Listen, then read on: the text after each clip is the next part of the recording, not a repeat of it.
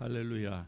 우리 먼저 우리 어린아이들에게 한번 박수 한번 격려의 박수 한번 해주시고 또 어제와 오늘에 걸쳐서 수고한 우리 모든 스텝진과 또 목사님, 사모님 여러분들에게 한번 격려의 박수 하십시다. 할렐루야. 감사합니다. 우리 눈에 볼 때에 아이들이 어린 것 같고 그렇지만은요 정말 시간이 빠르다는 거 우리는 너무나 잘 알고 있습니다. 어제 아까 임 목사님 잠깐 말씀을 한 것처럼 어제 저녁에 간단하게 아이들이 처음 예수 믿은 아이들이 있어요. 3명인데 그 가운데서 그 2명은 백그라운드가 패밀리 백그라운드가 인디아예요. 인도에서 온 그 부모님이 힌두 집안인데 저 아이들이 어떻게 오게 됐는데 예수님을 믿고 그리고 어제 방언을 바꿔서 제가 잠깐 통역을 하는데 놀라운 하나님의 환상을 그 중에 한 아이에게서 보여주시는데요. 그 아이가 인도에 가가지고 자기 민족에게 복음을 전하고 있더라고요. 예. 그러니까 또 어떤 아이는요, 자기가 현재 우리 교회는 아닌데 다른 교회를 다니는데 이 아이가 지금 육신적으로는 어리니까 잘 모르지만은 그의 영은 자기에게 하나님의 은혜가 능력이 필요하다는 것을 그의 영은 아는 거예요. 그래서 그의 이 방언 기도를 통역하면서 나오는 내용이 왜 내가 다니는 교회에서는 나에게 정말로 필요한 이 영적인 메시지가 왜 나에게 주어지지 않는지 자기가 너무나도 갈급하다 이런 기도를 하나님 앞에 올리는 거예요. 예. 그래서 여러분 영적인 것들을 우리가 너무나도 잘 모르는 경우가 많다. 특별히 여러분 어린아이들을 위해서 많이 기도해 주시기를 바랍니다. 우리 이민사회의 미래입니다. 그리고 이 미국의 미래이고요. 또 우리 대한민국의 미래인 줄 우리는 믿습니다. 자, 오늘 같이 은혜 나누실 하나님 말씀 신명기 10장 16절에서 22절인데 같이 한 절씩 교독하겠습니다. 제가 먼저 16절을 읽겠습니다. 그러므로 너희는 마음에 할례를 행하고 다시는 목을 곧게 하지 말라. 너희 하나님 여호와는 신 가운데 신이시며 주 가운데 주시요 크고 능하시며 두려우신 하나님이시라. 사람을 외모로 보지 아니하시며 뇌물을 받지 아니하시고 고아와 과부를 위하여 정의를 행하시며 나그네를 사랑하여 그에게 떡과 옷을 주시나니 너희는 나그네를 사랑하라. 전에 너희도 애굽 땅에서 나그네 되었음이니라. 내 하나님 여호와를 경외하여 그를 섬기며 그에게 의지하고 그의 이름으로 맹세하라. 그는 내 찬송이시요 내 하나님이시라. 내 눈으로 본 이같이 크고 두려운 일을 너를 위하여 같이 합니다. 애굽에 내려간 내 조상들이 겨우 70인이었으나 이제는 내 하나님 여호와께서 너를 하늘의 별같이 많게 하셨느니라. 아멘. 아멘. 우리가 신명기 말씀을 계속적으로 시리즈로 살펴보는데 오늘이 22번째로서 체험적인 신앙에 대해서 우리가 같이 이 말씀을 통해서 은혜를 나누기를 원합니다.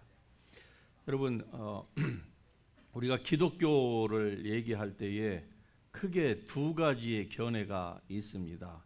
하나는 기독교의 예배가 중요하다, 의식이 중요하다 이렇게 생각하는 부류가 있어요. 그래서 이 문제는 사실 기독교 2000년 역사의 문제입니다. 그래서 초대 기독교에서 이것 때문에 서방교회와 동방교회로 나눠졌습니다. 오늘 우리는 출신은 아시아 출신이지만은 사실 한국 교회는 서방 교회에 속하 있는 서방 교회의 그 스타일을 따랐고요.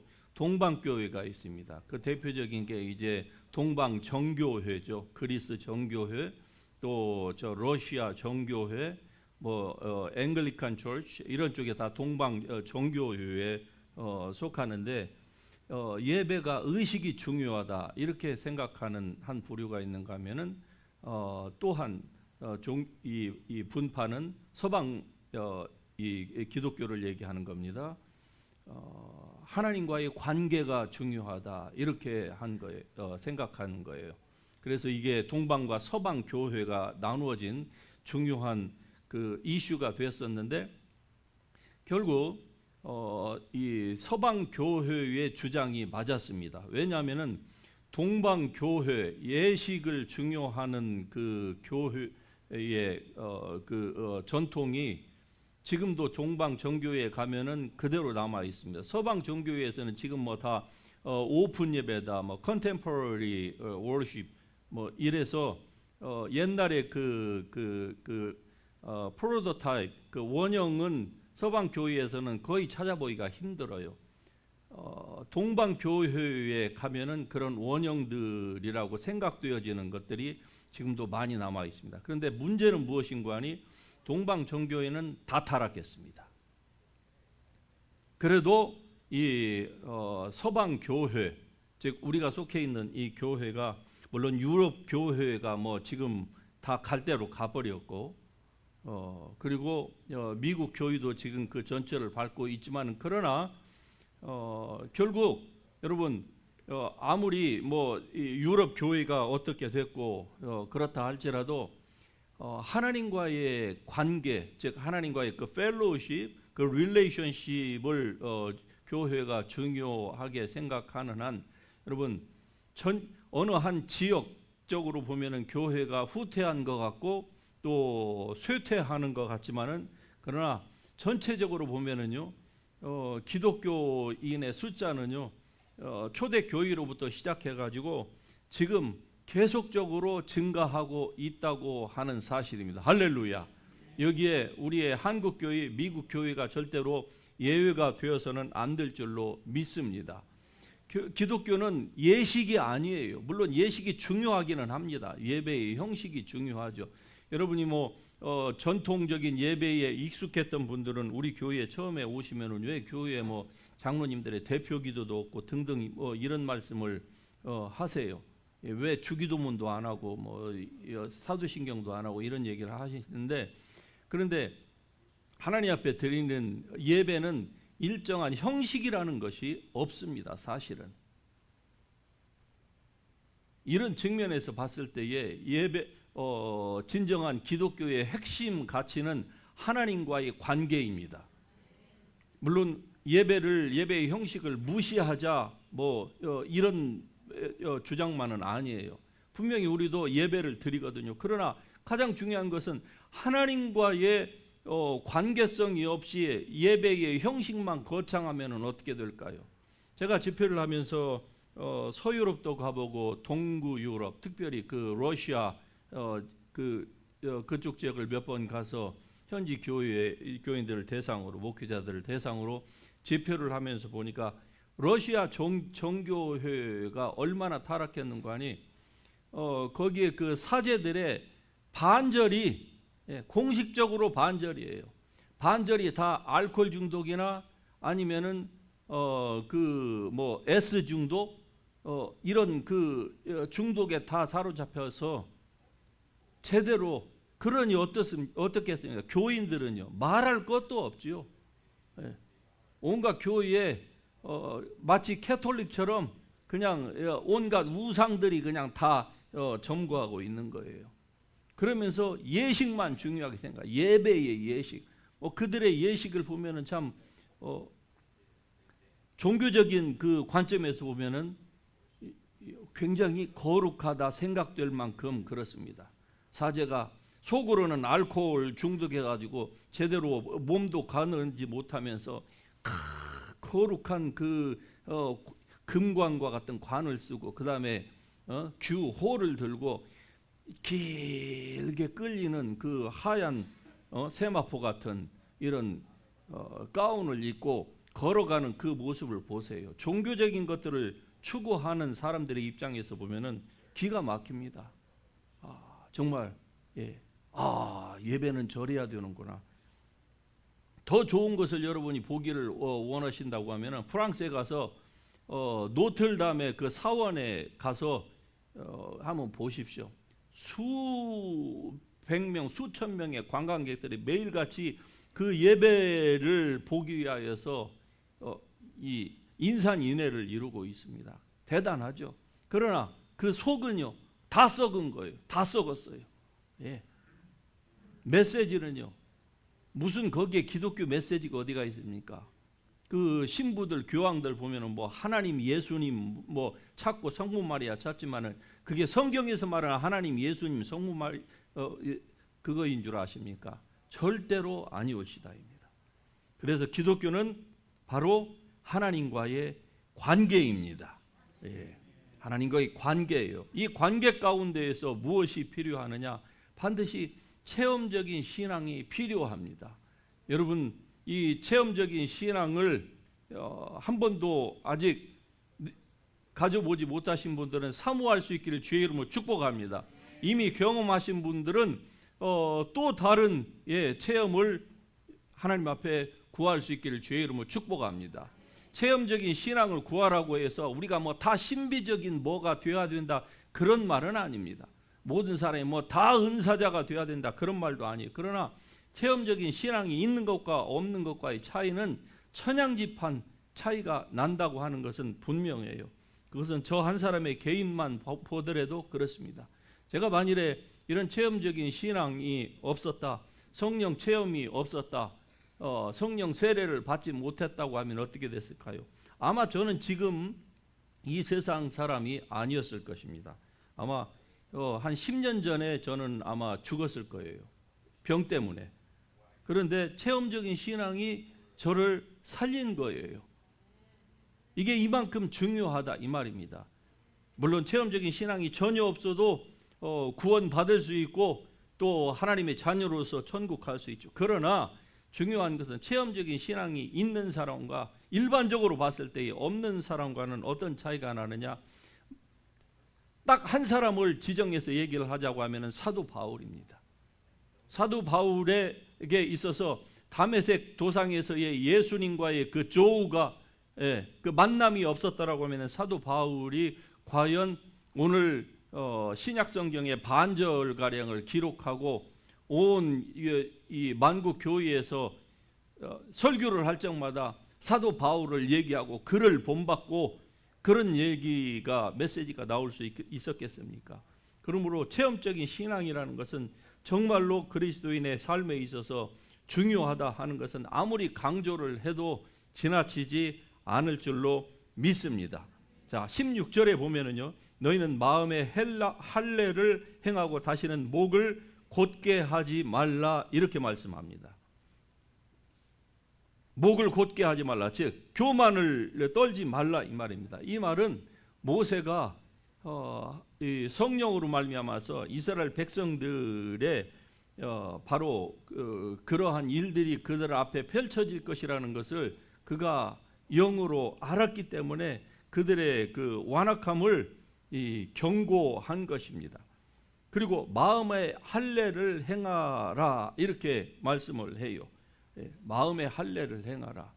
대적 육신의 할례가 아니라 할례는 육신의 외면적인 할례를 성경에서 얘기하는 것이 아니라 이면적인, 즉 마음의 할례를 하라고 그 바리새인 중에 바리새인이요 또 히브리인 중에 히브리인 바로 이 사도 바울이 그런 얘기를 했습니다. 모세가 한 말을 그대로 인용해서 한 거예요. 할례는 육신에 있지 않냐고 외면에 있지 않냐고 내면에 있다. 그게 무슨 말입니까? 마음의 할례를 행하라 이 말입니다.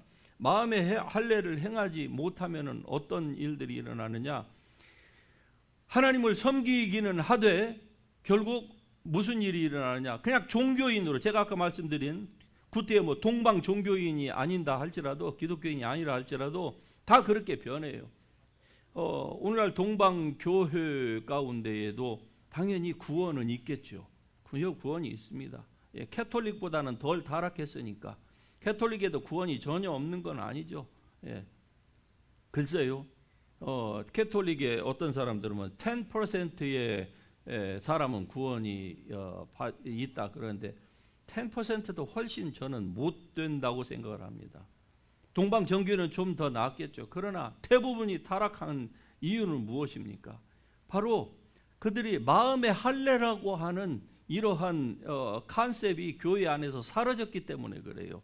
예식만 잘 드리면, 뭐 알코올 중독이든 뭐 드럭 어딕션이든 예배만 잘 드리고 성례만 참여하면, 그러니까 그들은 매주일 성례를 하는 거예요. 매주일 떡을 떼고 이것만 하면 구원 받는다는 것이죠. 하나님과의 관계, I don't care, it doesn't matter to me, 이렇게 나가는 것이죠. 예배만 참석하면은, 성례만 잘 드리면은 바로 그리스도의 살을 먹고 피를 마시고 생명을 먹는다. 그러니까 그 다음에는요, 일주일 동안은 자기 마음대로 사는 거예요. 뭐 무엇을 하든 상관이 없습니다.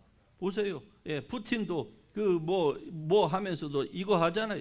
이것만 하면은 끝나는 거예요. 그 다음에는 자기 마음대로 뭐 사람을 죽이든 뭐 무엇을 하든 남의 것을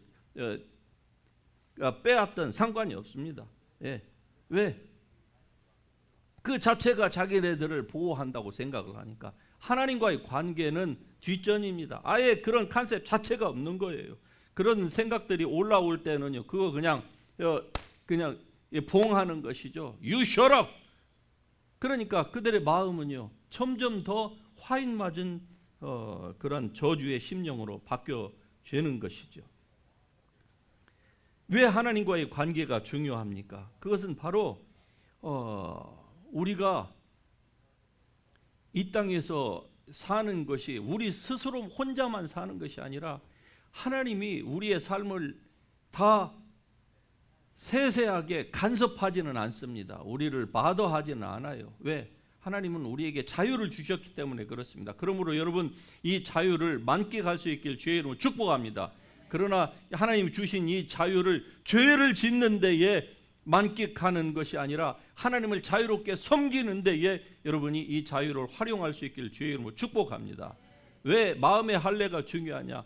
마음의 할례가 없이는, 다시 말씀드리면은 의와 진리와 거룩함으로 지으심을 받은 새로운 사람, 새로운 옷을 날마다 입어야 되는 것이 마음의 할례를 지금 말씀하고 있는 이 포인트인 것입니다. 이것이 왜 중요한 거니? 이것이 이렇게 새로운 자아를 자기가 이미 이 거듭난 영 안에서는 새롭게 되었는데, 그 새롭게 된 사람처럼 옷을 입어야 되는 거예요. 옷을. 무슨 옷을? 성도다운 옷을 입는 것입니다. 하나님을 의식하면서 사는 거예요. 그리고 하나님께서 주신 그 은혜를 생각하면서, 비록 내가 원하는 대로의 삶이 지금 내 삶, 내 주변에 이루어지지는 않는다 할지라도, 그러나 늘 하나님 앞에 감사하면서 하나님께 영광을 돌리고 그분 앞에 마땅히 드려야 될 우리의 삶을 드리고 이렇게 사는 것은 하나님을 의식하는 거예요. 그 하나님을 의식하는 사람은요, 이 땅에서도 윤리적으로도 도덕적으로도 그렇지 않은 사람보다 훨씬 더 나은 삶을 사는 줄 우리는 믿습니다. 물론 세상이 기독교를 비난을 많이 하죠. 그러나 여러분, 일반 전체적으로 봐서는 이 기독교인들이 세상 사람들보다는 한 차원 높은 도덕적인 의식, 윤리적인 의식이 있다고 누가 이것을 부인할 수가 있겠습니까? 한 일부의 샘플, 일부의 이 교역자들, 일부의 그리스도인들의 어떤 그런 것들이 세상에서 드러남으로 말미암아 비난을 받고 교회가 욕을 먹고 하지만, 그러나 예수님께서 말씀하신 것처럼 너희는 세상의 빛이라. 할렐루야. 사람이 등불을 켜서 등경 위에 두지 언더 더 테이블에 두지 않는다, 이 말입니다. 왜 그리스도인들의 그 잘못된 것들은 세상에서 침소봉대하고 이렇게 크게 보이는 거 아니? 바로 등불이 등경 위에 놓임으로 말미암아 산 위에 있는 동네가 숨겨지지 못하는 것처럼 그리스도인들은 조그마한 것도 숨겨질 수가 없는 거예요. 그래서 막 세상에서는 그거를 완전히 이 현미경으로 쳐다보면서 조금만 문제가 나타나면 그것이 마치 기독교 전체의 문제인 것처럼, 목사 한 사람이 타락을 하면 마치 기독교 전체가, 그 교단이 막 다 타락한 것처럼 이렇게 나타내지만, 사실은 전체 기독교인들의 의식 수준이요, 생활, 도덕, 윤리 수준이 세상 사람들보다는 한 단계, 아니 그 이상 높다는 것은 우리가 부인할 수가 없는 것입니다. 미국도 마찬가지지만 한국도 그렇고요. 어려운 사람들을 돕는 이 모든 것들은요, 많은 종교가 있습니다만 기독교가 월등하게 앞섭니다. 그런데 왜 기독교의 그 선행들은 안 나타날까요? 기독교인들 하나님 말씀처럼 오른손이 하는 일을 왼손이 모르게 하려고 안 하는, 이게 PR을 안 하니까 세상이 그걸 몰라주는 거예요. 그러다가 세상 사람들이 하는 것은 막 이렇게 크게 보이고 그렇습니다. 왜 고린도 교회의 분쟁이 끊어지지 않았습니까? 그렇게 은혜도 많고 은사도 많았는데 바로 그들이 마음의 할례를 행하는 사람이 적었기 때문에 그래요.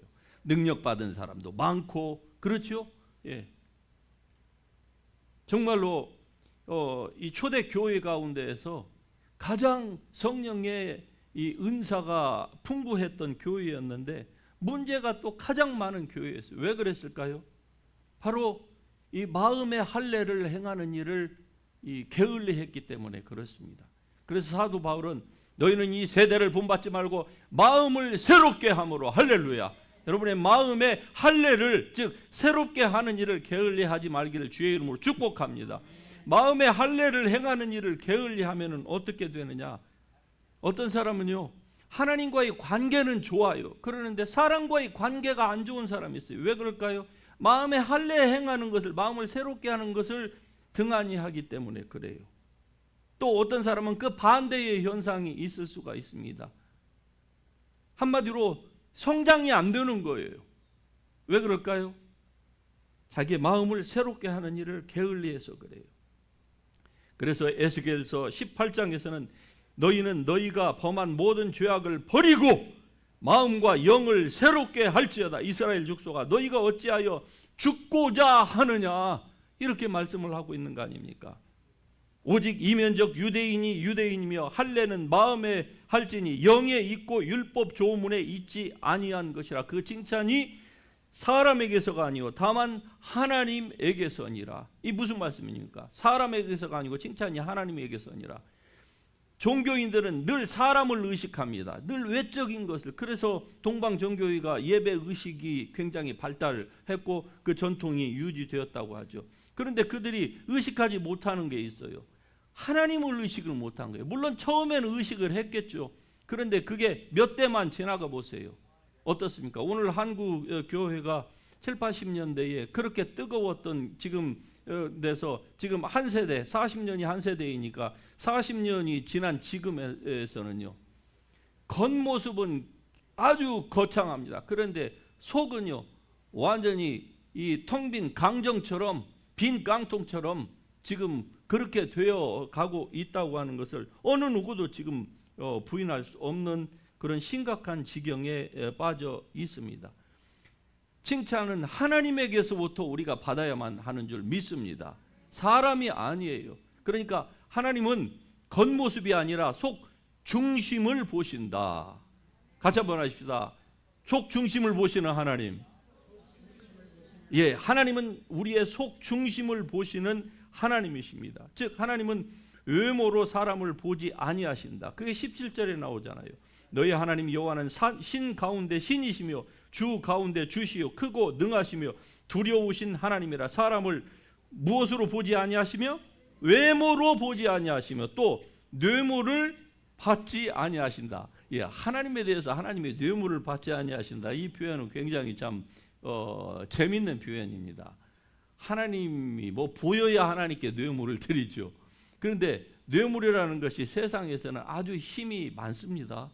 그래서 이 뇌물을 적당히 잘 하면은요, 예, 죄 있는 사람도 유전 무죄로 판결을 내는 게 바로 이 뇌물의 힘이 아닙니까? 그런데 왜 여기에서 곧 하나님에 대해서 하나님은 뇌물을 받지 아니하신다 이렇게 표현했을까요? 하나님은 중심을 보신다는 거예요. 사람의 중심을, 우리의 마음의 행동의 동기까지도 하나님께서 그 모든 것들을 그때그때마다 우리를 지적질하지 않으십니다. 만일에 하나님이 그렇게 지적질을 하신다고 하면은 여러분과 저 모두는 정말 거의 예수님 다음과는 다 이미 성자의 반열에 다 들어 있을 겁니다. 그래서 걸음 걸을 때도 함부로 걷지 않고 건등건등하지 않고, 걸음도 아마 로봇처럼 이렇게 걸을 거예요. 예. 절대로 가다가 뭐 휴지 던지는 일이나 침 뱉는 일도 없을 것입니다. 그런데 하나님은 우리를 다 간섭하지 않으세요. 언제까지 그럴까요? 영원히 그럴까요? 그렇지 않습니다. 이 땅에 사는 동안만 하나님께서 우리에게 자유의지를 주시고서 네가 살기를 원하느냐 생명을 택하라 라고 말씀을 하시는 거예요. 예수 그리스도를 네가 택하면은 바로 하늘의 영원한 영원한 나라가 너희 안에 이미 주어진다는 것을 말씀을 해요. 그러나 살고 싶지 않으면은 지옥을 택하라는 것이죠. 예수 그리스도 아니어도 구원이 있다고 택하는 거, 그 it's up to you. 그러나 그 결과는 네가 영원히 지옥에서 그 형벌을 받으라. 하나님께서 우리에게 말씀해 주시는 것은 뭡니까? 바로 하나님의 그 free will, 그 자유의지의 성품대로 우리를 지으셨기 때문에 그래요. 우리 로봇처럼 일일이 간섭하시는 게 아닙니다. 우리가 좀 잘못 나가면 주님께서 갑자기 브레이크를 딱 걸어가지고 안 돼! 이렇게 하신다고 하면은 참 어떤 측면에서는 얼마나 좋을까 그런 생각도 들어요. 그러면은 훨씬 내가 실수도 안 하고 죄도 안 짓고 좀 불편하더라도, 그러는데 하나님은 그런 방법을 택하지 않으셨어요. 그러므로 우리를 forcibly, 강제적으로 우리를 통해서 하나님께서 영광을 받으시기를 하나님은 원치 않으십니다. 왜? 하나님 자신이 그런 분이시기 때문에. 그러므로 여러분 스스로 하나님 앞에 나아올 수 있기를 주의 이름으로 축복합니다. 하나님의 눈을 피하여 갈 수 있는 사람 아무도 없습니다. 한때 어떤 선지자라고 하는 사람이 그런 착각을 했지요. 그래서 니느웨로 가라고 하니까 가지 않고 다시스로, 그것도 배 맨 밑창에 가서 자고 있으면 하나님께서 보지 못할 것이라고 하는 이 얄팍한, 이런 생각들을 오늘 우리도 한다 이 말입니다. 불순종 한번 하나님 앞에 하기 시작하면은 처음에는 가슴이 콩당콩당 뛰어요. 그러는데 그 후에 별일이 안 일어나니까 마음이 어떻습니까? 담대해집니다. 그래서 자기가 원하는 대로 동쪽으로 가라고 하면 서쪽으로 가고, 서쪽으로 가라고 하면 동쪽으로 가고, 이런 사람들의 라스트 네임이 뭐라고요? 그 청씨와 같은 이런 분들이 많다 이 말이죠. 오늘날에도 동일하게. 그러나 하나님은 우리의 일거수일투족을 다 간섭은 안 하지만 그러나 지켜보고는 계십니다. 그리고 나중에 말씀하시기를 너희의 행한 대로 다 갚아주리라. 할렐루야. 이게 어떤 사람에게는 부담이 되지만은, 그러나 주님의 뜻대로 자기의 삶을 드리는 사람에게는 행한 대로 갚아준다고 하는 이 말씀이 어떻습니까? 정말로 힘과 위로가 됩니다. 할렐루야. 여러분이 제가 이 메시지를 선포할 때에 여러분에게 부담이 아니라 기쁨과 그리고 감격으로 올 수 있기를 주의 이름으로 축복합니다. 주님 앞에 내가 다 쓸 수 있지만은 그러나 쓰지 못하는 자처럼, 다 누릴 수 있지만은 누리지 못하는 자처럼 이 땅에서 절제하면서 하나님의 나라와 하나님의 영광을 위하여서 보물을 이 땅에 쌓아두지 않고 하늘에 쌓아두는 그러한 삶으로 살아야 되겠다. 이렇게 마음을 먹고 자기의 마음의 할례를 날마다 행하는 사람들은 정말로 복이 있는 사람입니다. 여러분이 그러한 사람이 될 수 있기를 주의 이름으로 축복합니다. 여러분 오늘날 얼마나 겉외모로 보면은 기독교가 대형 교회가 생기고 그러니까 발전하는 것 같지만, 그러나 실제적으로 한국 교회는 1990년대에 들면서 1990년대, 2000년대 약 20년 동안 이 성장이 정지됐었습니다. 그리고 2010년을 지나면서 한국 기독교는 지금껏 계속 미안한 얘기입니다만은 쇠퇴의 내리막길을 걸어가고 있습니다. 왜 그럴까요? 기독교 지성주의 때문에 그렇습니다. 기독교 지성주의가 한국 기독교를 지금 망치고 있는 거예요. 미국 교회도 마찬가지입니다. 미국 교회 1950년대 그 이전만 해도요, 미국 교회 얼마나 뜨거웠는 줄 아십니까? 그런데 기독교 지성주의 때문에 미국의 교회가, 교인들의 머리는 커졌는데 교회에 체험적인 신앙의 사람들이 줄어들기 시작한 거예요. 한국 교회가 마찬가지입니다. 그래서 예배를 조금만 시간이 늦어지면은요, 교인들이 난리가 납니다. 시계를 보고 핸드폰을 보고. 우리 7, 80년대만 해도 어땠습니까? 1시간짜리 예배를 드리는 교회가 있었습니까? 거의 없었습니다. 기본이 뭐 1시간 반, 2시간이죠. 네. 교인들이 앉아서 졸든 말든 목사님은 설교 최소 뭐 1시간 반 계속 가는 것이죠. 그래도 어느 누가 하나 거기에 대해서 태클 거는 사람이 없었습니다. 지금은요, 단 5분만 넘어가도 왜 교회가 이렇게 이러느냐, 이런 분위기가 지금 팽배해 있는 거예요. 왜 그럴까요? 마음속에서 열정이 사라졌습니다. 왜 열정이 사라졌습니까? 바로 체험적인 신앙을 추구하는 거, 물론 이게 전부는 아닙니다. 그러나 이 신앙은 굉장히 중요하다 이 말입니다. 우리 교회가 작년부터 이 한국에서 집회를 올해 2번째를 하죠. 여러분, 이렇게 몇십 명 안 되는 작은 교회가 전 세계에 몇 개 대륙을 오고 가면서 선교와 집회를 하고 하는 거, 이 모든 거, 여러분, 뭐 우리만 잘났다는 얘기가 아니라, 여러분, 이게 하나님의 성령의 역사가 아니고서는 이러한 일들을 한다고 하는 것이 여러분 거의 불가능한 일입니다. 대형교회에서도요, 이렇게 이 몇 개 대륙을 오고 가면서 계속 로테이션으로 하면서 이런 집회를 하고 교회의 다른 나라의 교회를 살려있는 이러한 일들을 하는 거, 이건 바로 여러분과 저의 체험적인 신앙 때문에 이게 가능한 거예요. 그러므로 더욱더 하나님의 은혜를 구하십시다. 하나님의 능력을 구하실 수 있기를 주의 이름으로 축복합니다. 그래야만이 우리의 자손들이 복을 받는 거예요. 오늘 우리도 지성적인 기독교인으로 머리만으로 신앙생활을 하는 여기로 끝난다고 하면 우리의 자손들은요, 보나 마나예요. 보나 마나. 꼭 뭐 그때를 가봐야 안다고 하면 이건 하수 중에 하수지요. 그날이 닥쳐서 그때 뜨거 하면은, 아니 불인 줄 알면은 그걸 발로 밟지 말아야 되는 겁니다. 숯불인데 왜 그것을 가슴에 안고 있습니까? 나중에 여기에서 다 탄다고 하면은 그걸 그때 알으면은 누가 그걸 모르겠습니까? 그러므로 지금 아직 우리에게 시간이 주어졌을 때에 열심으로 하나님을 섬기십시다. 체험적인 신앙을 하나님 앞에 구하십시다.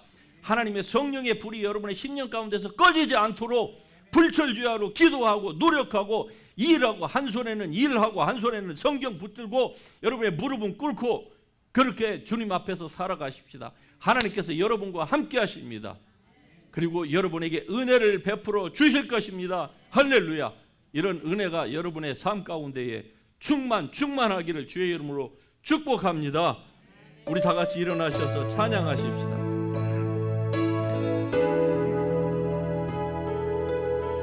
우리 좋으신 하나님을 같이 찬양합니다. 언제나 강물 같은 주의 은혜로 내 영혼 새롭게 빈들 창조의 하나님이 나의 아버지,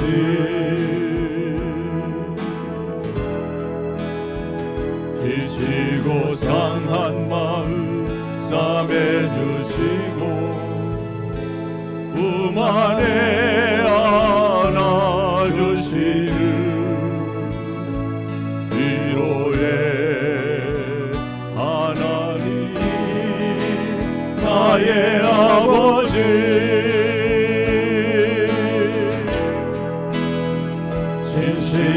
진실하신 하나님이 나의 나의 아버지 실수하지 않으시니 하나님이 나의 아버지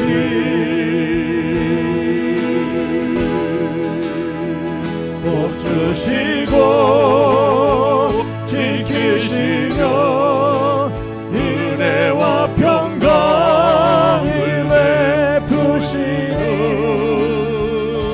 축복의 하나님이 나의 아버지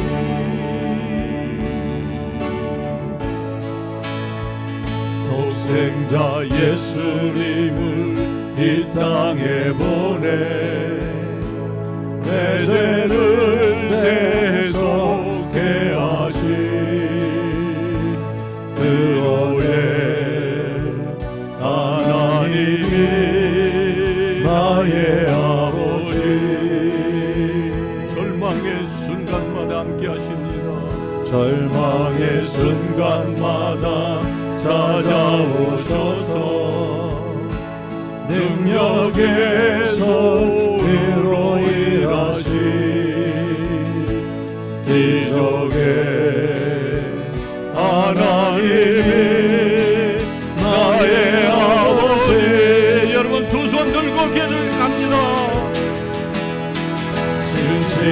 진실하신 하나님이 나의 아버지 우리 주 예수 그리스도의 아버지가 여러분의 아버지십니다.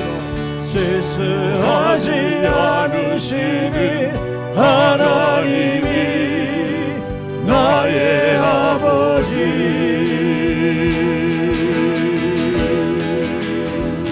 복 주시고 지키시며 은혜와 평강을 베푸시는 축복의 하나님이 나의 아버지 우리 한번 다시 합니다.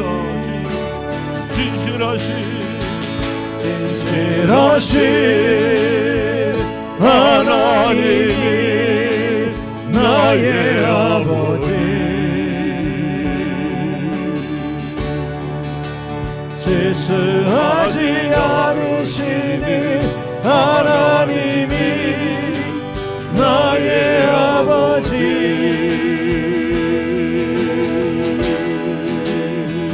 복 주시고 지키시며 은혜와 평강을 베푸시는 축복의 하나님이 나의 아버지 그렇습니다. 우리 주 예수 그리스도의 아버지는 바로 우리의 축복의 하나님이신 줄 믿습니다. 여러분에게 축복을 주시고 여러분이 주님 안에서 잘 되고 여러분의 행복을 누구보다도 원하시는 좋으신 하나님이십니다.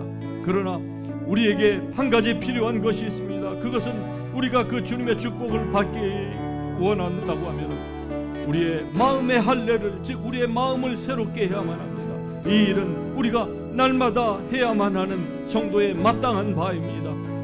여러분 이러한 삶을 결코 게을리하지 마시기를 주의 이름으로 축복합니다. 하나님이여 나를 도와주시옵소서. 내가 날마다 나의 마음을 새롭게 함으로 말미암아 나를 향하신 하나님의 선하시고 온전하시고 기뻐하시는 그 뜻이 이루어지기를 원합니다. 주님 도와주시옵소서. 성령의 은혜를 베풀어 주시옵소서. 체험적인 신앙으로 저에게 충만케 하여 주시옵소서. 주의 이름 한번 같이 부르고 통성으로 기도합니다. 주여